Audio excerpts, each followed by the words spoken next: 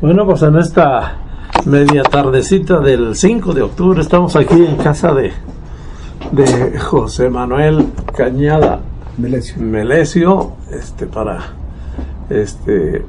escuchar su relato de su niñez, de su juventud, de su aventura fuera de Apaseo el Alto y ahora su regreso también. Bueno, los detalles él nos los va a platicar. La primera pregunta que les hago, ¿dónde te criaste? ¿En qué ambiente te criaste? ¿Cómo veías las familias? ¿Te criaste aquí en Apaseo el Alto? En mi infancia, sí. Hice mis estudios de educación primaria, primero en la escuela Miguel Hidalgo, recordando siempre a la directora Irene Bernal de Rosiles, su entusiasmo en todas las festividades, mi cariño al profesor Salvador González Quirós, al profesor Ignacio Rosiles, un pintor excelente que nos enseñó muchísimas cosas en esos años de primaria, y luego posteriormente por algunas razones familiares me obligaron a asistir a la escuela federal. Estuve quinto y sexto grado en la escuela federal Nicolás Bravo con el profesor David Guzmán Reyes. Excelentísimos maestros, todos los que tuve en mi niñez, para todos ellos un reconocimiento de corazón. Mi niñez fue sumamente feliz aquí en este hermosísimo paseo de tanta agua en esos tiempos. Recuerdo épocas de lluvias en las cuales pues íbamos regularmente con los amigos de la infancia por ahí a recorrer esos hermosos ates, el Tajo, no se nos puede olvidar el Tajo, donde nadábamos, bueno, supuestamente nadábamos, ya que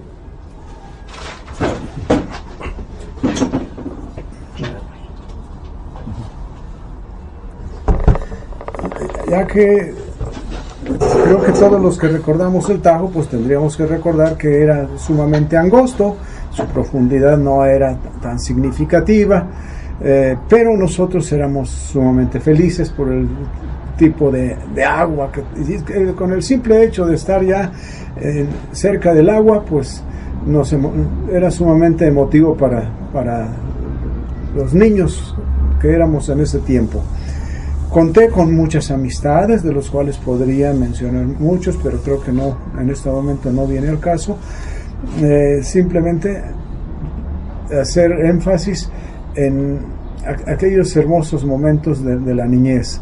El arroyo del Sabino no puede quedar atrás, la mezquitada. Era un ambiente sumamente familiar. Éramos niños sin maldad, en donde nuestras mayores aventuras era sentarnos en la banca de granito que se encontraba frente al templo del Sagrado Corazón de Jesús, y ahí en épocas como el mes de agosto, septiembre, octubre, noviembre, diciembre, en donde la tarde cae un poco más temprano, a las 7, 8 de la noche, sentarnos a platicar historias de muertos o de aparecidos.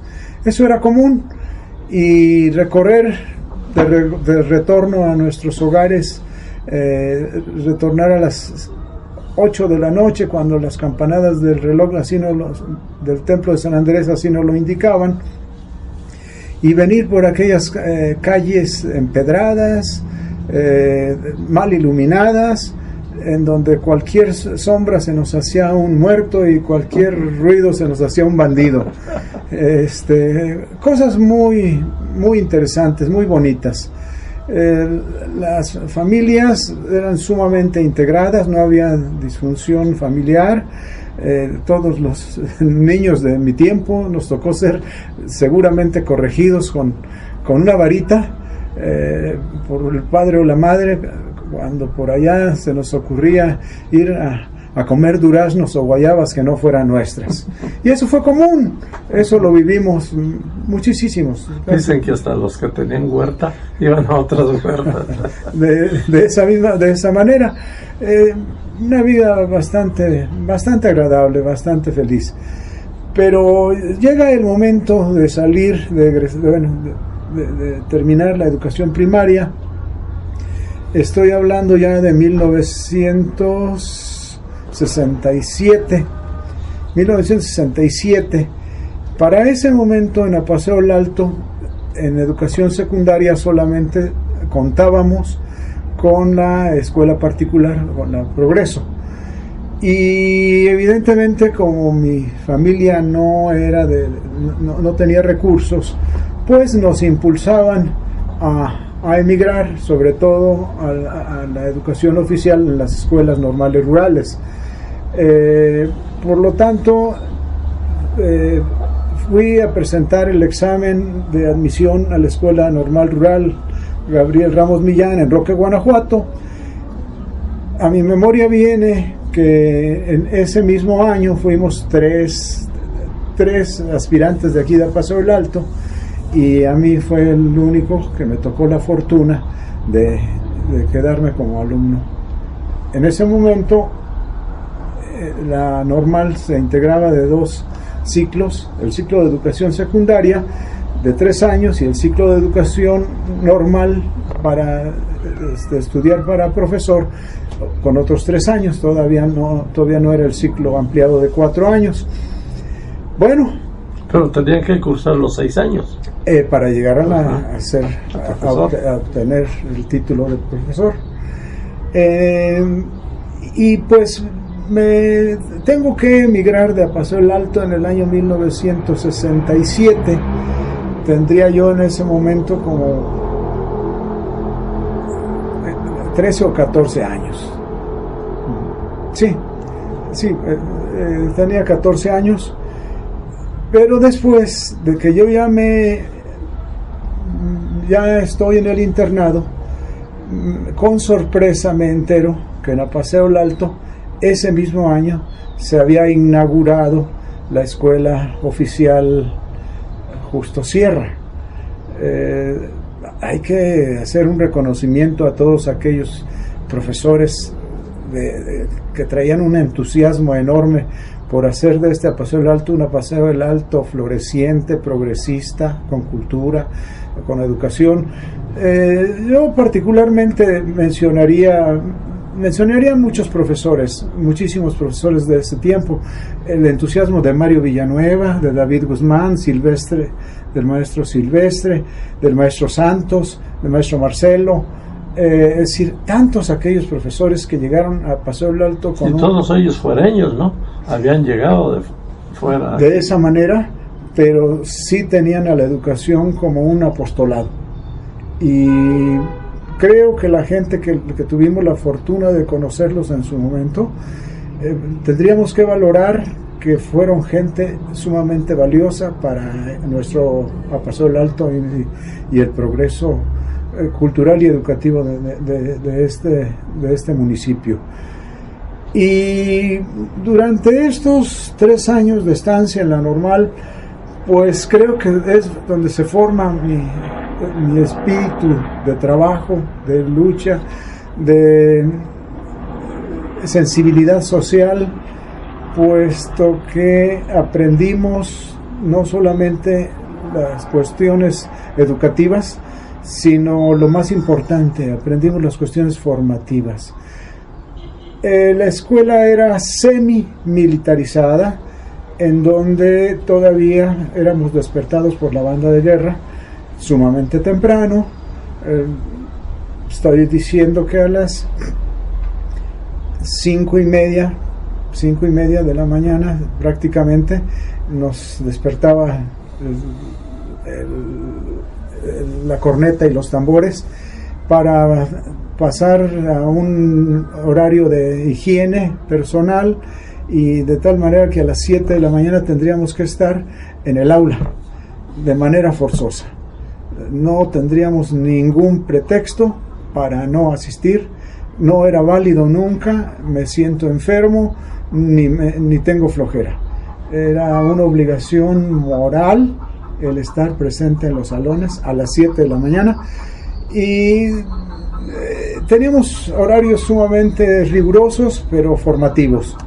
7 a 9 de la mañana era la instrucción de materias como geografía, civismo, de 8 a 9 desayuno, de 9 a 1 de la tarde la atención de las materias fuertes que nosotros considerábamos, bueno, más básicas, matemáticas, física, química, biología, inglés, sí. Y 1 a 3 comida, después tendríamos actividades de campo y actividades deportivas, y por la noche teníamos, después de la cena, teníamos que asistir a un club que pudiera ser oratoria, declamación, inclusive lectura, canto, o hacer tareas en biblioteca. De tal manera que el día era sumamente intenso, no nos quedaban ganas de hacer travesuras. A las 9 de la noche íbamos ya muy cansaditos a dormir, y para iniciar al día siguiente una labor de esa naturaleza, de la misma naturaleza. Y los viernes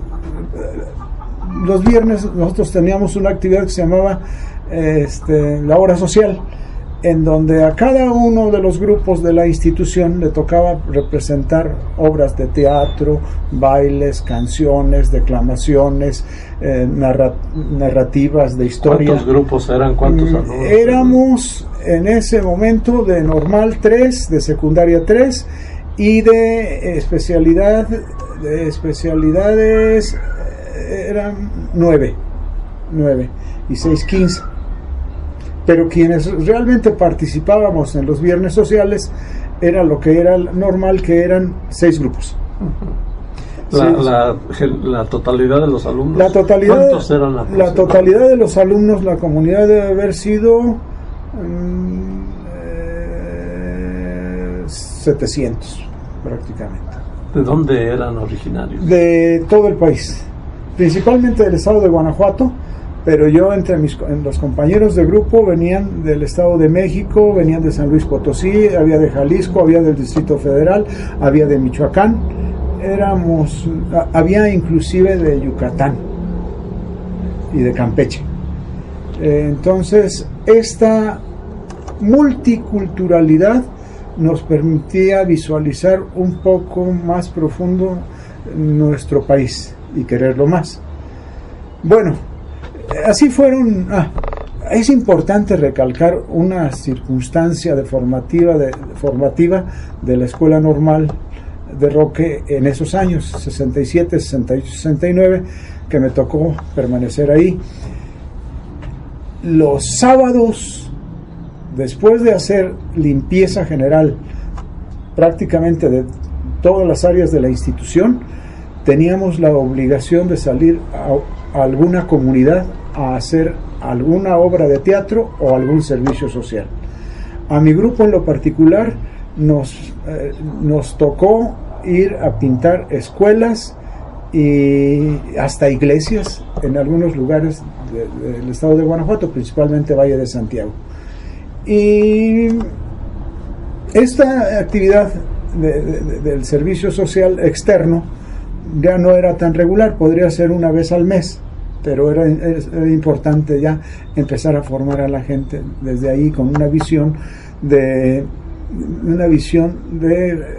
compartir, la visión de compartir lo poco que se tenía con otra gente que aún podría haber tenido más poco.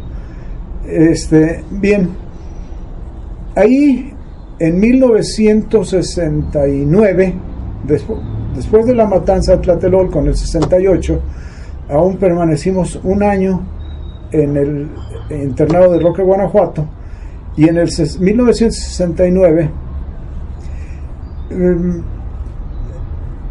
me nace la inquietud de cambiar el rumbo de mi vida y no irme a la carrera de maestro, sino que yo quería hacer un pasito más, no porque denigre la carrera de profesor, sino porque consideraba que debería tratar de ir un poco más adelante de lo que mi familia había logrado en un cierto momento. Con el apoyo de otros familiares de aquí de Paso del Alto, mis primos los Ramírez Melesio,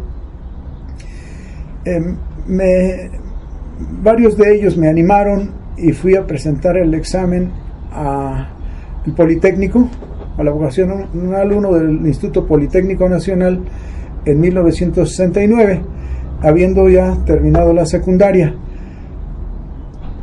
Cuando retorno, después de haber presentado el examen de admisión en el Politécnico, aún sin conocer los resultados del examen de admisión, al llegar a mi normal me entero con gran sorpresa, con toda la sorpresa del mundo, que el Estado nos había dado ya un gran golpe, tratando de desmembrar el sistema normal rural, que era un sistema de mucha formación política y de mucha conciencia social. Desmembra las normales rurales. De 29 normales rurales que había en el país, la mitad las vuelve secundarias y la mitad las deja como normales. A mí en lo personal me toca que el ejército nos traslada a Atequiza, Jalisco, que hasta esa época había sido una institución de formación para mujeres, normal de mujeres, y a los jóvenes que iban a cursar toda secundaria los manda a Huichapan, Hidalgo. Bien, no me voy a detener mucho en esa parte de la existencia, aunque fue bastante cruel, porque se nos cambia la vida total y absolutamente, de ser bastante, de tener una formación bastante liberal. Viene una restricción muy seria en nuestra vida, porque ya todas las normales rurales que quedaron rodeadas por fuerzas federales, por gente del ejército, por muchas cosas que a mí en lo personal me destrozaron mi corazón. Oye, una pregunta. Sí.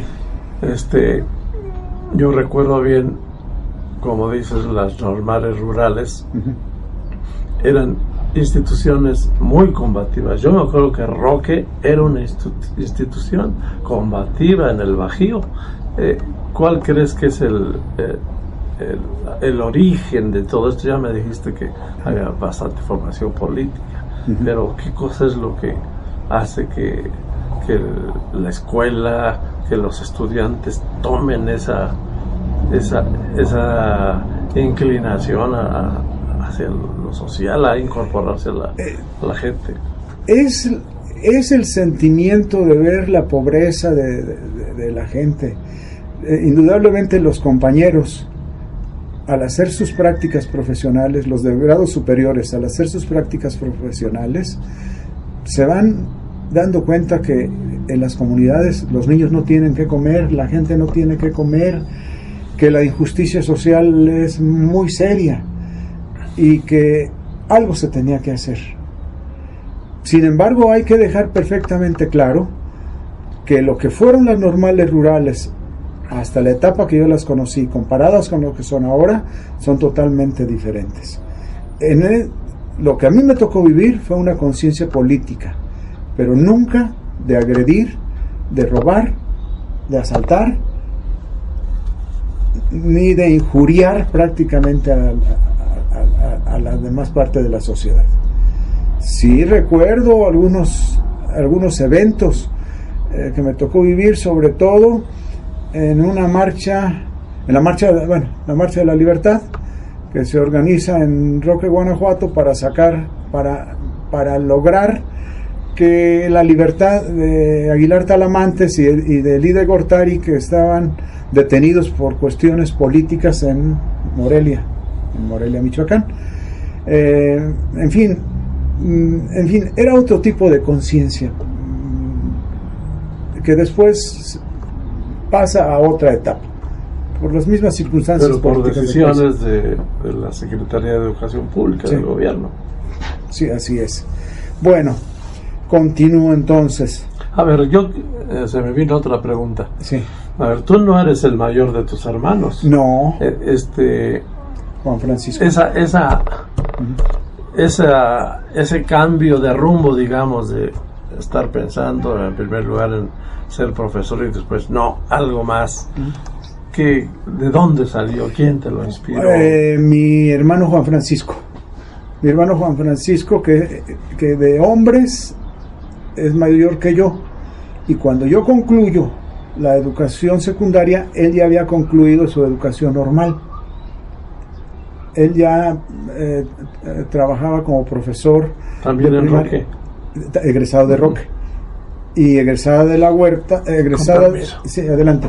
Y egresada de Tiripetío, Michoacán, ya estaba mi hermana Yolanda, que son los mayores de la familia.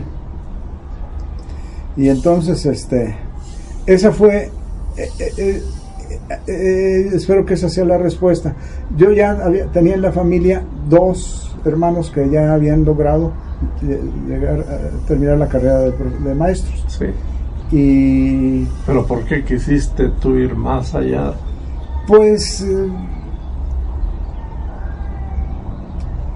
yo creo que en las familias bien integradas siempre hay alguien que dice: yo quiero ser yo quiero ser médico, yo quiero ser doctor en ciencias, yo quiero ir a la luna. Entonces, un sueño que se da porque ya las necesidades económicas de la familia ya no eran tantas, ya había cierto estatus, ¿sí? Y soporte, cosa que no se tenía para ellos, para los más grandes. Bueno, prosigo. ¿Qué fue? ¿A dónde pensaste? ¿Qué siguió después de...? ¿Qué etapa sigue de mi vida? De mi vida sigue la etapa de llegar al Distrito Federal sin conocer el distrito. Cuando tus parientes, los Ramírez Melesio, ellos ya estaban por allá. Ellos ya estaban allá. Yo llego prácticamente a vivir en un cuarto en la Casa Nacional del Estudiante, que era propiedad de los Ramírez. En ese momento en la Casa Nacional también ellos vivían en el cuarto 105, y también tenían el 99. Y en otra habitación, que era la número 32 de la misma casa, estaban los Rico, y después fue los Pérez Arzate también. Entonces ya la integración como paisanos pues fue bastante seria, porque de ahí nace una amistad que ha durado de 50 años, no digo amistad, una hermandad de 50 años, en donde convivíamos a lo mejor poco en el día, porque cada quien tenía sus propias actividades, pero los viernes en la noche, sobre todo cuando no teníamos oportunidad de venir a nuestra tierra, que es a Paseo del Alto, entonces nos reuníamos a convivir, jugar baraja, tomarnos la cerveza, a platicar, y de ahí surgen grandes amistades, porque cuando vives afuera y alguien te tiende la mano de amigo, ya no es tu amigo, es tu hermano. Y todos seguimos rumbos diferentes. Yo aquí quiero hacer un breve paréntesis, porque quiero recordar muchísimo al licenciado Carlos Arteaga Paredes, quien siendo ya funcionario en el Politécnico Nacional, auxilió mucho a los paisanos de Paso del Alto a ingresar al Politécnico. Yo no tuve en este momento la necesidad del apoyo, pero quiero recordar su bonomía, porque las veces que nos tocó ir a visitarlo, él siendo alto funcionario de una dependencia, cuando llegábamos como paisanos de Paseo del Alto, nos abría las puertas sin tener que hacer antesala. Teniendo las actividades que tuviera, las interrumpía, salía hasta la puerta a recibirnos y nos recibía con gran afecto. Por eso yo siempre dije que en la Paseo del Alto habría que hacerle un reconocimiento a muchas gentes. Dentro de ellos está la maestra Irene Bernal, quien dio su vida por la educación de Paseo del Alto, al licenciado Carlos Arteaga Paredes, y a otros que seguramente tendríamos que mencionar en otra plática adicional. Y bien, fueron 2 años en el Instituto Politécnico Nacional, en la vocacional número 1, en donde tendríamos que dedicarnos al estudio, y a eso fuimos y lo logramos. Cuando viene el momento de seleccionar la carrera, en virtud de que yo en la vocacional 1 recibí el certificado de bachiller, pero con orientación a construcción, entonces mi idea era ir a la carrera de ingeniero civil en la ESIA del Instituto Politécnico, pero como algunos parientes de los Ramírez habían ya concluido sus estudios y ellos la terminaron en la Superior de Ingeniería Química del Politécnico, y en virtud de que yo había terminado limpio mis materias, entonces uno de ellos me hizo la recomendación: ve a Ingeniería Química, que es la primera que abre sus inscripciones. Si no te parece pertinente, en el momento que la Escuela Superior de Ingeniería y Arquitectura abra sus inscripciones, pues te cambias. Y cuando empiezo a asistir a la Escuela Superior de Ingeniería Química, la primera acción que hacen en los laboratorios pesados es nos entregaron un mundo de material de manera gratuita para hacer uso de él durante todo el ciclo escolar: buretas, pipetas, matraces, pinzas, todo el material que fuese necesario para un laboratorio. Y como exigencia básica, entrar siempre con la bata limpia. Esta presentación y esas acciones y otras más, las materias con las que nos fuimos enfrentando, pues me gustaron, de tal manera que cuando se abren las inscripciones en Ingeniería y Arquitectura, yo ya decidí no cambiarme. Y decidí... Era en la ESIC, donde estabas ya. Sí, ya decidí mantenerme hasta el final en ESIC.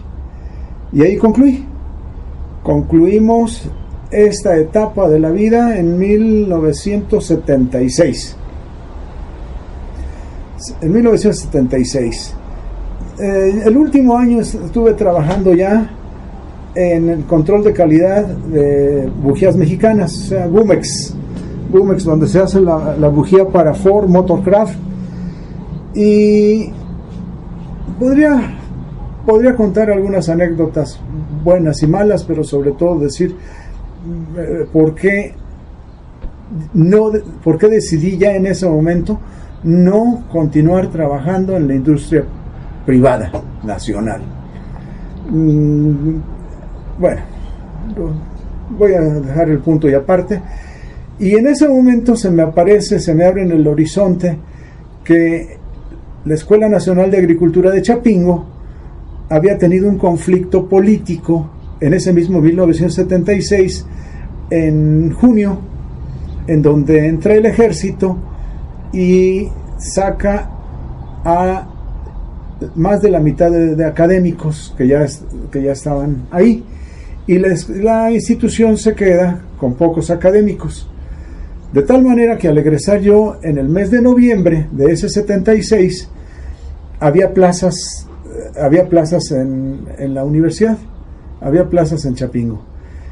Y como parte de mi ilusión de formación siempre, desde la normal, era ir a hacer un posgrado al Colegio de Posgrado de Chapingo, cuando me hablan de Chapingo, se me iluminan los ojos, a lo mejor se me nubila la mente, pero me sentí muy emocionado y decidí ir a hacer una solicitud, y mi solicitud de principio es avalada, pero tendríamos que presentar el examen de conocimientos. Para esto yo hubiese preferido presentar el examen de conocimientos en el área de química, pero en química ya todas las materias estaban cubiertas, y donde estaban descubiertas eran matemáticas. De tal manera que yo presento el examen de oposición en matemáticas a finales de noviembre de 1976, y con gran satisfacción, el mismo día, después de la evaluación, se me informa que he sido aceptado. Para mí, pues, es un momento de mi vida inolvidable, sumamente feliz, algo indescriptible. Había logrado varias metas en ese mismo momento. Recuerdo también que con tristeza, cuando retorno a casa, yo bastante feliz, mi hermano mayor todavía vivía, él aún estudiaba su segunda carrera, que era licenciado en Economía, en la Escuela Superior de Economía del Politécnico. Me dijo: hermano, por un lado te felicito, pero por el otro me da tristeza de ti, porque te vas a quedar ahí y seguramente ya no vas a crecer más. Yo en ese momento decía: ¿de qué me habla mi hermano? ¿De qué me habla? Yo creo que la felicidad llegó a mi vida y bueno, decirlo así es sencillo, pero esto fue la primer piedra para 41 años de estancia en esa hermosísima institución. ¿Por qué digo que es hermosa? Porque es prácticamente una universidad única en México. ¿Qué ofrece a sus estudiantes?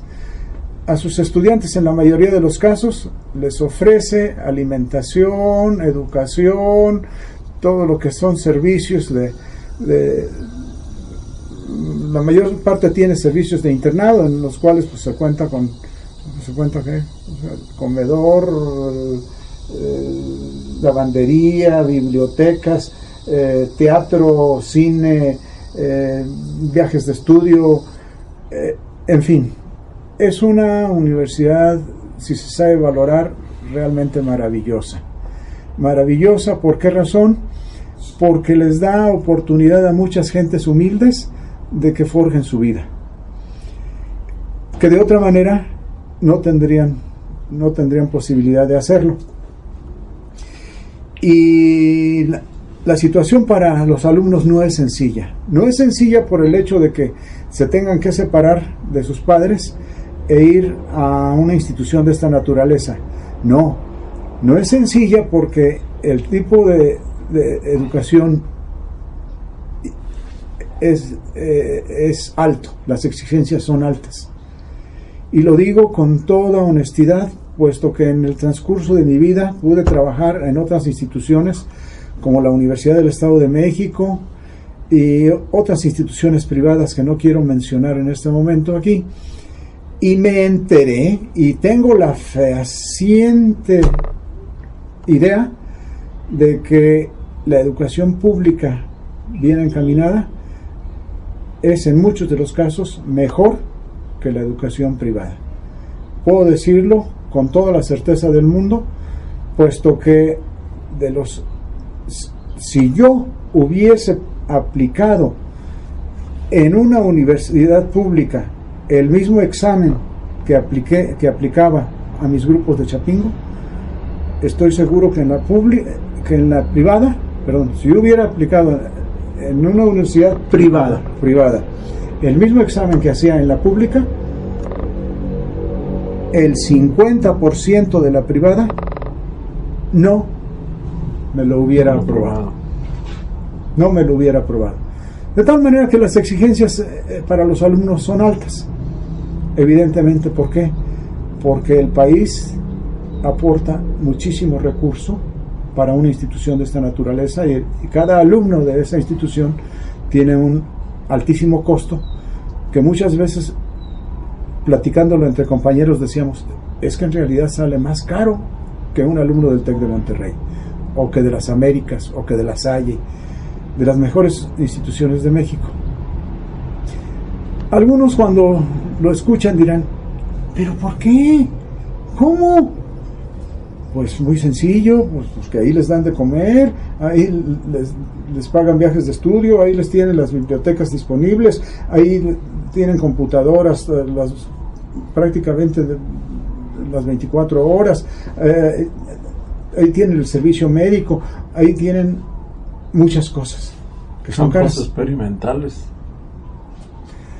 Ese es otro factor importante del cual también habría que enunciar. La universidad tiene muchísimos proyectos de investigación y mucho de su personal pertenece al Sistema Nacional de Investigadores. En fin,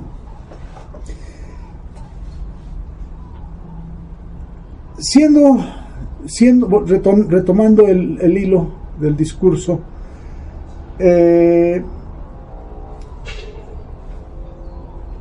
formado en el Politécnico, formado en la Normal Rural, formado en el Politécnico, después me toca laborar en la Universidad Autónoma Chapingo.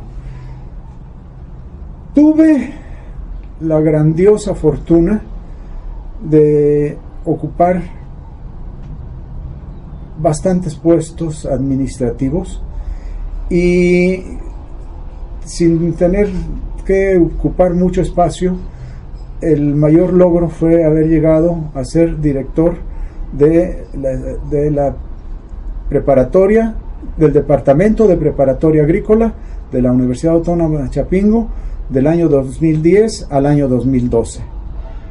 Sin más, podré decir que fue una de las etapas más difíciles de mi existencia, puesto que teníamos que solventar los problemas de la comunidad más grande de toda la universidad. 3.300 alumnos, 330 profesores y 200 trabajadores administrativos.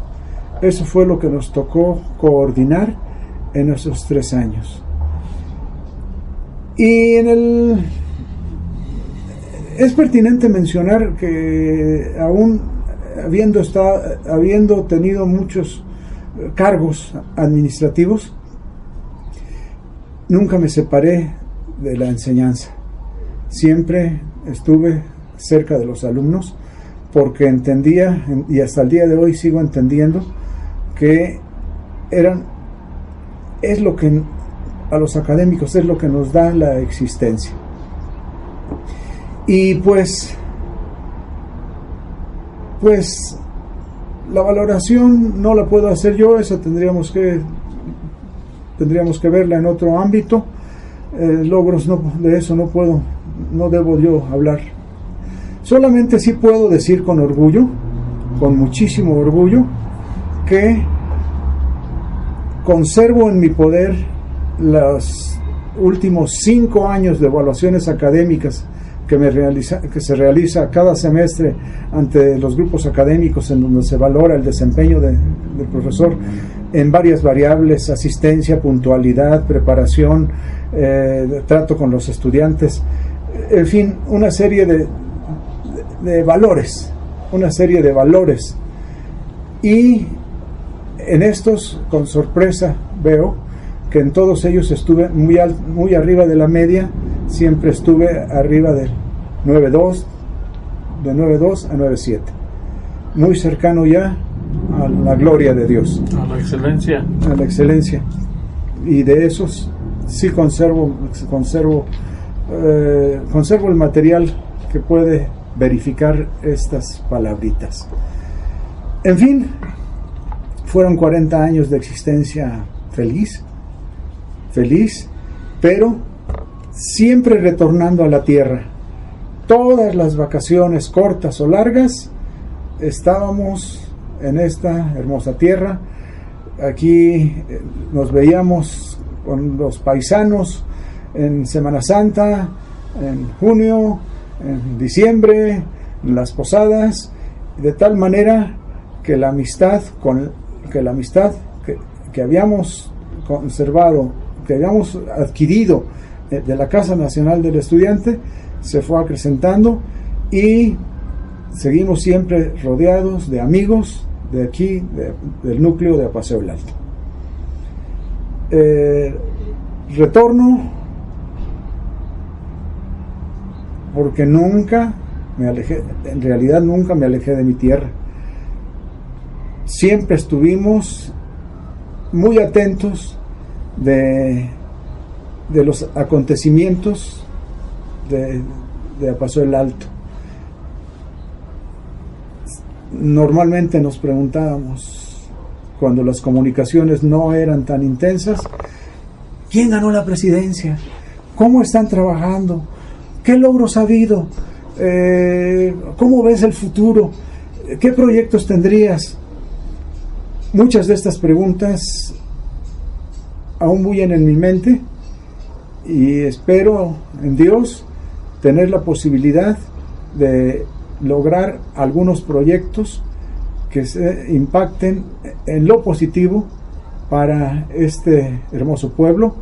Yo, en mi mente, hablando de proyectos que pudieran mejorar nuestro entorno en Apaseo el Alto, pudiera decir: tendríamos que reforestar el arroyo del Sabino, y no solamente eso, tendríamos que reforestar muchas comunidades de Apaseo el Alto. ¿Cómo? Buscando menos recursos y más apoyo de mano de obra de las instituciones de educación, de la gente del servicio militar, de cierto tipo de organizaciones que no lucren. Y me preguntarán, ¿y eso es todo? No, tendríamos que ir a otro tipo de proyectos, como un tratamiento eficaz del reciclaje. Con sorpresa me entero que el estado de Querétaro se dice: no más bolsas. En realidad esa no es la solución. Esa no es ninguna solución. Que algún partido político que se quiera apropiar de esa hermosa solución, yo la veo absurda. La solución sería: no más bolsas de plástico que se degraden en 100 años. Tenemos que meter a nuestros jóvenes a investigar para que hagan bolsas de polipapel, bolsas biodegradables, donde puedan utilizar ciertos elementos, la caña del maíz, etcétera, etcétera, en donde realmente se vea un desempeño de nuestra tecnología y de nuestra ciencia. Ahora, el problema de la contaminación ya está, sí ya está. ¿Se podría resolver? Sí se puede resolver. Están los tiraderos. El plástico que está ahí ya no se va a degradar en más de 100 años, si no es que no se le está dando vuelta continuamente. Pero hay bacterias ya que, al meterlas en esos tiraderos, van a destruir el plástico que está contaminando. Es decir, Ahora, ¿por qué nada más recolectar las botellas y entregárselas a una compañía que las pique y que las venda como materia prima? ¿Por qué no lograr proyectos en donde podemos llegar hasta de estas botellas que estamos tirando, a hacer ladrillos, a hacer pisos, a hacer construir vivienda, otros usos, otras cosas? En fin, con los conocimientos que adquirimos, tenemos la fuerza y el conocimiento, sobre todo el conocimiento, para integrarnos a proyectos que sean en beneficio de nuestro municipio. Sí, con certeza lo digo. La pregunta podría ser, alguien me va a preguntar, ¿y en qué? Pues simple y llanamente con darle seguimiento al uso de los recursos en construcciones, en mantenimientos, en adquisiciones. ¿Quién puede hacer esto? Pues alguien que maneje contabilidad y administración. En fin, podríamos sentarnos con un grupo importante de altoapacenses que quieran a este municipio y lograr cosas importantes para él. La respuesta es concreta: sí. Sí, sí y sí. Y aquí estamos. En ese sentido, por parte de casi no hay organizaciones en Apacio Alto, pero de autoridades públicas, ¿ha habido alguna vez, han manifestado algún interés por un proyecto que pueda sustentarse apoyándose en los conocimientos de gente que ha estado fuera? Mira, vamos a ser sinceros. No hemos tenido en este momento acercamiento con autoridades centrales o autoridades que tengan decisión, que tengan toma de decisiones. Me parece que estamos en una etapa en donde apenas estamos construyendo el proyecto en lo general. Yo en lo particular sí me he acercado a ciertas gentes que pienso que nos pueden auxiliar, y precisamente el día de mañana a las 11 de la mañana estoy como invitado a un evento en Zagarpa, en Celaya, que es organizado por la Asociación Nacional de Egresados de Chapingo del estado de Guanajuato. Y mañana quiero estar cerca de ellos porque quiero hacer, varios de ellos fueron mis alumnos, inclusive el delegado estatal actual fue mi alumno en Chapingo, me tiene mucha estima, y quiero hacerle algunos planteamientos, sobre todo para apoyo en frutales y apoyo más a la horticultura protegida. En fin, de manera aislada sí, como grupo no.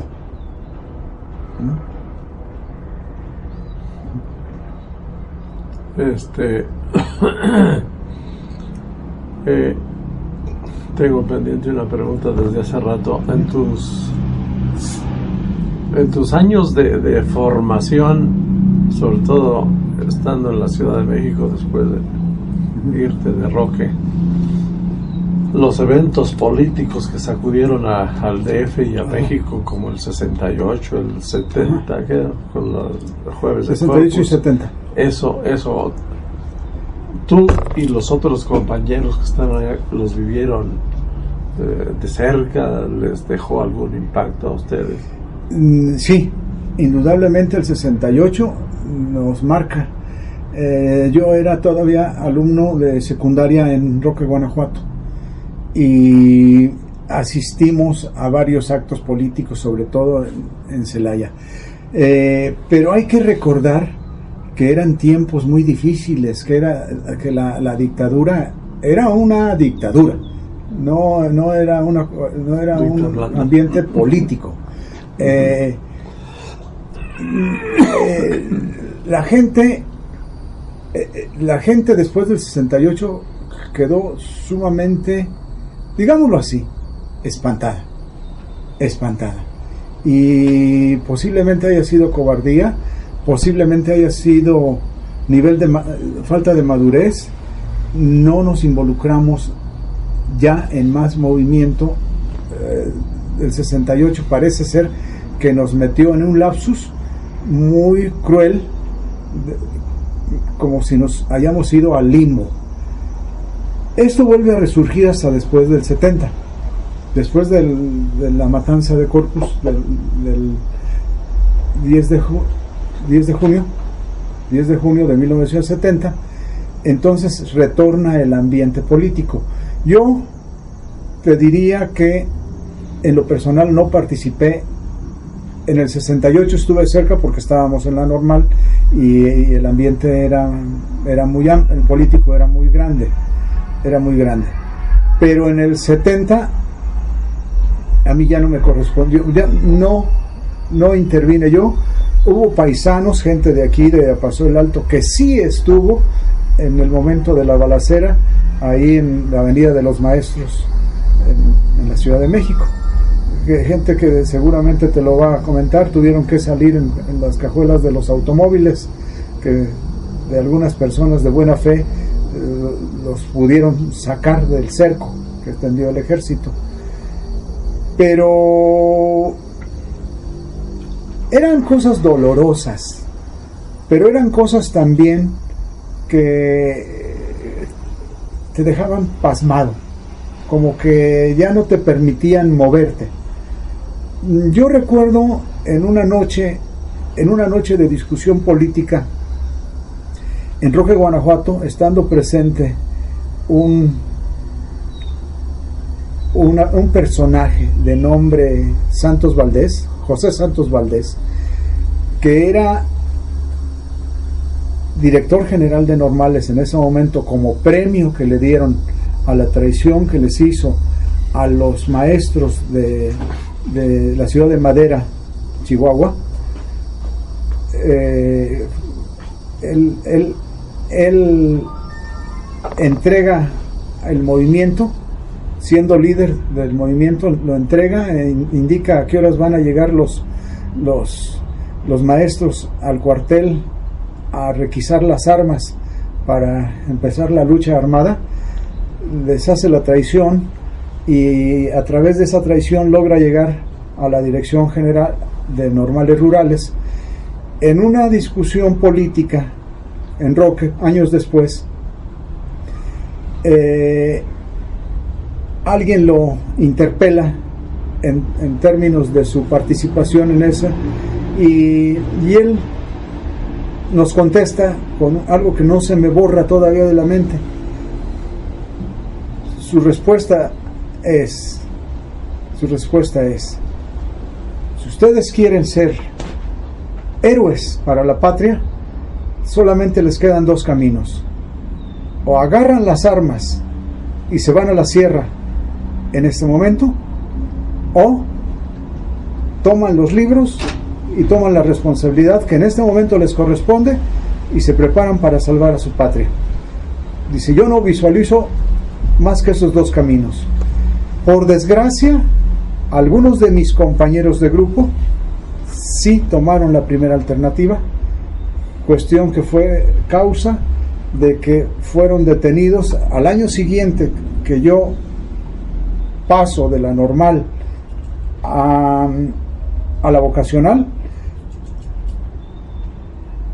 4 compañeros de mi grupo, de mi grupo de la normal de Roque, Guanajuato, fueron detenidos en Guadalajara, Jalisco, y ingresados al penal de Oblatos por algunos eventos de guerrilla. Ellos participaron en el secuestro de Leonardi, el embajador de Estados Unidos en México, y me parece, porque no me consta, que también estaban por ahí ligados con el suegro de Echeverría, el señor que Luis I. ¿Por qué razón? Pues por la pregunta que tú me hacías, era la respuesta, era una respuesta al sistema represor de Díaz Ordaz. Esa es la respuesta a tu pregunta. A ver, llegando un poco al fin, nunca te desligaste de Apaseo el Alto, pero ¿cómo has visto el proceso histórico de Apaseo el Alto? ¿Qué diferencias encuentras entre aquel apaseo de la niñez? ¿Qué crees que fue sucediendo hasta el apaseo que hoy vivimos? Desde mi punto de vista muy particular, primero, el fenómeno de la inmigración impactó notablemente tanto en los núcleos familiares como en el comportamiento de nuestras juventudes. Hay que recordar que de Apaseo, mucha gente al terminar la primaria, su sueño dorado era atravesar el río y laborar en Estados Unidos, hacer una fortuna y a lo mejor un día regresar al pueblo a poner un negocio, a incrementar su producción agrícola con maquinaria, en fin. Muchos lo lograron, bendito sea Dios. Muchos hicieron recursos en Estados Unidos o en otras partes del mundo, no solamente en Estados Unidos, en muchas partes del mundo. Pero esto trajo como consecuencia cambios de comportamiento y de mentalidades. Esa fue la primer gran oleada en el cambio, en el cambio social, ¿Qué cambios de mentalidad se dieron en esta población? Las juventudes se volvieron, diría yo, más rebeldes, o diría yo más incontrolables, inclusive en la forma de vestir. No podemos olvidar que hace unos años muchos de nuestros jóvenes vestían de cholos, los tatuajes, simplemente el Halloween, que para nosotros era totalmente desconocido, porque nosotros éramos de Santo Claus y los Santos Reyes, pero el Halloween de Santa Claus hasta no. Nada más éramos de las piñatas, Reyes, las piñatas de Santos Reyes y nacimientos de Día de Muertos, posadas. Pero después vienen otras corrientes, la música, la forma de hablar, mezclar nuestro lenguaje. Son varios factores que intervienen en esto.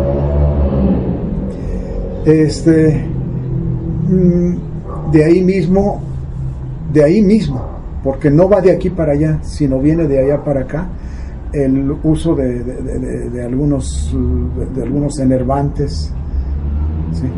Porque hay que recordar que México era nada más un lugar de paso de la cocaína, heroína e inclusive marihuana. Era rarísimo que alguien de nuestro núcleo fumara marihuana o entrara en ese nivel. Entonces, más bien nos viene de allá para acá y no de aquí para allá, porque aquí ni recursos había para comprar eso, ¿sí?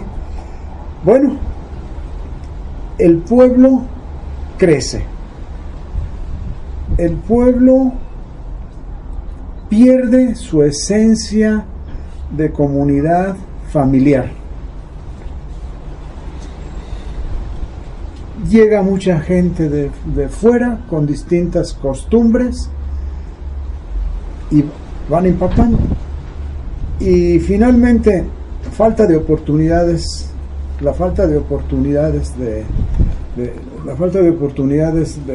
laborales bien pagadas, estoy diciendo bien pagadas, implica pues que nuestros jóvenes tendieran a irse hacia un camino, desde mi punto de vista, no muy correcto, y esto genera una carrera contra el tiempo, sabiendo que no tienen una vida muy larga, se dedican a hacer cosas que no están muy dentro de la razón. Entonces, desde mi punto de vista. ¿Cómo ves tú el impacto de la tecnología, que es algo indudable que a nivel mundial ha sucedido? ¿Cómo lo ves tú? La tecnología. En este pueblo. La tecnología ha impactado, pero solamente en el uso de redes sociales. Por desgracia, yo no conozco todavía. Bueno, los jóvenes manejan la tecnología, el celular, la computadora, algunos elementos tecnológicos, pero el impacto de lo que se llama realmente tecnología, yo todavía no lo veo en Apaseo. Es decir, no vemos el uso de la robótica, nos falta todavía mucha cultura en términos de hacer uso correcto de las telecomunicaciones. En fin, yo creo que sí, la gente ha avanzado mucho, todos los jóvenes saben manejar perfectamente el celular, muchas cosas de esa naturaleza, pero que no son de un impacto hacia un desarrollo tecnológico.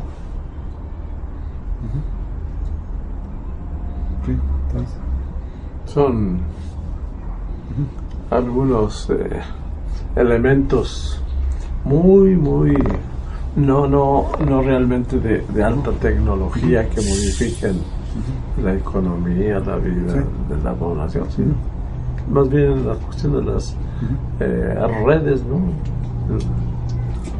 Y parece que eso pues no ha sido tan positivo, ¿no? Ha sido, se ha creado, no sé qué piensas tú, una gran dependencia de los niños, de los jóvenes sobre esos instrumentos, ¿no? Sí. Me han platicado aquí varios de los profesores que he entrevistado, que me dicen que ha sido más perjudicial, porque a los niños los vuelve más dependientes. Ya no les ha permitido utilizar la cabeza, no entienden por qué 2 más 2 más 2 son 6. Y no hacen la tarea. Porque, por favor, búsquenme usted el desarrollo de la célula y sus partes. Y se van, célula, bájame las 3 hojas, tu tarea, aquí está. ¿Y qué viste? ¿Dónde está la mitocondria? Sabe, usted me dijo que trajera célula, ¿no? Ahí está. Ajá. Sí, así es. Pues me has permitido escuchar cosas muy interesantes de tu experiencia de vida. Cada quien tiene la suya, y algunos que me han contado algunas cosas que suenan muy diferentes a lo del común de nosotros, pero todo mundo yo creo que tiene un sustento, ¿sí?, vivencial de todo esto, y es muy interesante. Es que ahorita voy a esperar a escuchar algunas otras voces y vamos a ver qué resulta de todo esto después. Sí, correcto. Yo creo que es un capítulo interesante de la vida de Apaseo Alto, lo que a nosotros nos ha tocado vivir desde nuestra propia experiencia, ¿no? Sí. Una hora. Muchas gracias. No, pues de qué. Manolo, muchas gracias por tu tiempo. No, Luis, con todo gusto.